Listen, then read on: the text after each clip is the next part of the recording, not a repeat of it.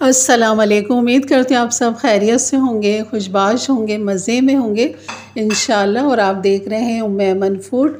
तो चलिए आज मैं आपको बनाना सिखाती हूँ। बहुत ही मज़ेदार पसंदीदा सबकी दाल है ये, माश की दाल। लेकिन आज माश की दाल हम कटे मसाले के साथ और इसके साथ हम चने की दाल का भी इस्तेमाल करेंगे। माश और चने की दाल और कटे मसाले के साथ हम इस दाल को बनाएंगे। चलिए शुरू करते हैं। बिस्मिल्लाहिर्रहमानिर्रहीम।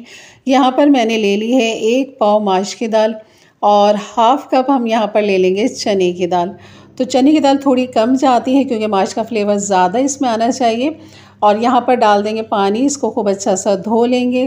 कम से कम आपने इसको आधा घंटा भिगोना है दाल को, ताकि चने और माश की दाल अपने साइज़ में जब डबल हो जाए तब हमने इसको कुक करना है। तो यहाँ पर 2-3 पानी के साथ धोने के बाद मैं इसको ढक के रख देती हूँ। तब तक हम इसके मसाले तैयार कर लेते हैं। सफ़ेद ज़ीरा ले लेंगे 1 टीस्पून, लहसुन कटा हुआ 1 टेबल स्पून, अदरक भी जूलियन कटा हुआ 1 टेबल स्पून के बराबर, हरी मिर्च 3 से 4 अदद और साबुत लाल मिर्चें हैं वो भी मैंने 5 से 6 अदद लिए। साबुत लाल मिर्च की 3 मिर्चों को मैंने जो है बीच में से 2 कर लिया। हरी मिर्च मैंने सभी इस तरह मोटी मोटी काट ली है। गरम मसाले में जो जाएगी काली मिर्च हाफ़ टी स्पून, 1 बड़ी इलायची, दालचीनी का 1 टुकड़ा और लौंग ले लेंगे 5 से 6 अदद। और इसमें नमक डाल देंगे 1 टीस्पून भर के। ये है इसके तमाम मसाले। बस यहाँ पर हम चढ़ाते हैं। दाल को भी हमारा अच्छा खासा टाइम हो चुका है, साइज़ में अपने ये डबल हो चुकी है। तो बस यहाँ पर डाल देंगे। जिस दाल को हमने पानी में भिगोया था वो दाल का पानी जो है हमने फेंक दिया था। फिर हमने साफ़ पानी इसके अंदर मज़ीद इसमें डाला है और आपने बिल्कुल इस तरह पकाना है जैसे आप चावल चढ़ाते हैं। यानी कि चावल के हिसाब से जब हम पानी रखते हैं ताकि वो उसमें ड्राई भी हो जाए और चावल हमारे खिले खिले से रहें। और आपने पानी तकरीबन 1 इंच पानी इसके ऊपर रखना है। तो आपने इसे ढक देना है ताकि फ़ौरन इसमें बॉयल आ जाए। और पहले हम इसको बॉयल देंगे ताकि तमाम झाग जो है इस दाल के वो ऊपर की तरफ आ जाए, जिसे आपने निकाल देना है। इस झाग निकालने का मकसद ये है कि एक तो इससे दाल का कलर जो है ना वो बहुत ख़राब हो जाता है, मैली मैली सी दाल लगती है बनने के बाद। तो हमने बिल्कुल वाइट खिली खिली सी दाल बनानी है। तो आपने झाग तमाम निकाल देने और इससे जायके में भी फ़र्क आता है। तो बस शुरू में जो झाग मोटे मोटे से आ जाएं वो आपने निकाल देना है। बाकी हल्के फुल्के झाग रह जाएं तो वो आपने रहने देना है, कोई मसला नहीं है। तो बस इस तरह आप जो देख सकते हैं आँच को मैंने तेज़ रखा हुआ है ताकि जल्दी जल्दी बॉयल आए। इसके अंदर तेज़ बॉयल आएगा तो झाग ऊपर आएंगे। अब ये तमाम मसाले जो हमने काट के रखे हैं वो हम यहाँ पर डाल देंगे। बाकी इसमें कोई मसाला नहीं जाएगा, लेकिन बहुत ही लाजवाब ये कटे मसाले की दाल बनती है। बस इसको खूब अच्छा सा यहाँ पर मिक्स करेंगे।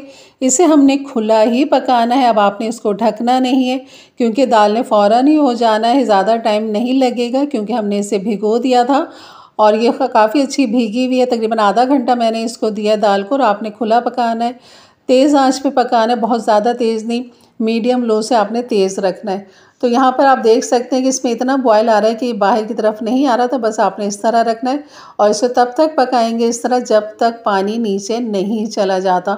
अगर इस टाइम हम इसको ढक देंगे और इसको ऐसे ही छोड़ देंगे हल्की आंच पे तो ये बिल्कुल हलवा हो जाएगी और हमारी दाल खिली खिली सी नहीं बनेगी।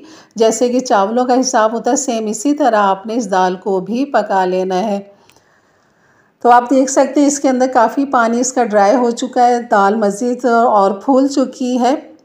और आप देख सकते हैं कि माशाल्लाह पानी नीचे जा रहा है। तो जैसे पानी और थोड़ा सा नीचे जाएगा, बबल इसके छोटे छोटे से आने लगेंगे, तब आपने इसको दम पे लगाना है। यहाँ दाल चेक कर लेते हैं। ये देखें अभी दाल में कसर मौजूद है और चने की जो दाल है ना इसमें भी अभी कसर मौजूद है, नरम हो गई है लेकिन अभी एकदम गली नहीं है। तो ये दम के अंदर ये दोनों चीज़ें हमारी बेहतरीन पक जाएंगी, गल जाएंगी। तो मैंने यहाँ पर भी इसे ढक दिया दम पे और कम से कम मैंने इसको 10 से 12 मिनट मैंने इसको दम दिया है। उसके बाद ढक्कन आप हटाइए और फिर आप चेक कीजिए कि आपकी दाल में कितनी गलावट आ चुकी है, पानी इसमें कितना बाकी है। तो नीचे देख लेते हैं पहले पानी कितना है। बिल्कुल भी नहीं, अल्हम्दुलिल्लाह बहुत ही मामूली सा ज़रा सा पानी है। लेकिन हम दाल को चेक कर लेते हैं। तो ये दाल तो बिल्कुल बेहतरीन हो चुकी है, चने की दाल भी बेहतरीन हो चुकी है। तो बस हमें इसी तरह ही चाहिए था कि पानी भी ड्राई हो जाए और दाल भी हमारी खिली खिली सी रहे। तो ये हो चुकी है जना बेहतरीन तैयार। अब रह गया इसका बेहतरीन सा तड़का जो बहुत ही लाजवाब और मज़ेदार होता है। मज़ेदार इसलिए क्योंकि आप उसे मक्खन में भी इस तड़के को लगा सकते हैं, असली घी के साथ भी, या नॉर्मल घी आप जो ऑयल इस्तेमाल करते हैं, रिफाइंड ऑयल कोई भी, आप उससे भी तड़का लगा सकते हैं। लेकिन यहाँ पर आप असली घी के लगाइए तड़का तो बहुत ही लाजवाब ये दाल मज़ेदार लगती है। लेकिन यहाँ मैं एक सर्विंग के हिसाब से लगाऊंगी, यानी कि पहले मैं यहाँ पर दाल निकाल लेती हूँ क्योंकि मैंने प्लेट में ही तड़का लगाना है और तमाम दाल पे तड़का नहीं लगाना। इसकी वजह ये है कि अगर आप के दस्तरखान लग चुका है और आपने पूरी दाल को इस्तेमाल करना है तो आप पूरी दाल पे तड़का लगा दें और इसको इस्तेमाल कर लें।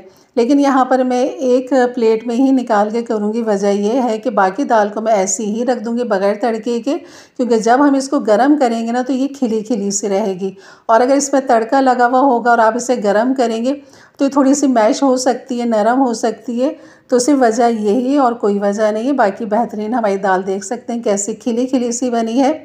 तो यहाँ मैंने प्लेट में निकाल लिया है, जितनी हमने खानी इस्तेमाल करनी बस इतना हमने ले लिया और इसी के अंदर बेहतरीन से हमने तड़का तैयार करना है। तड़के के लिए मैंने यहाँ पर घी ले लिया है, हाफ़ कप से भी कम थोड़ा, और यहाँ पर डाल देंगे अदरक जूलियन 5 से 6, और हाफ़ जो है मैंने छोटी प्याज का टुकड़ा लिया था जिसकी बारीक स्लाइस कटिंग कर लिया था। और यहाँ पर खूब अच्छा सा इसे गोल्डन करेंगे और लाइट गोल्डन जैसी हमारी प्याज हो जाएगी तो बस आपने लगा देना है बेहतरीन सा तड़का। और ये दाल भी मेरे ससुराल की रेसिपी है, मेरे सास से मैंने सीखी थी और उन्हीं की वजह से आज ये रेसिपी आज आप तक पहुंच रही है। और इस दाल के साथ हमारे ससुराल में इसके साथ शामी कबाब भी बनाए जाते हैं और ये दाल बड़े ही शौक़ से हम सब खाते हैं, मुझे भी बहुत ज़्यादा पसंद है।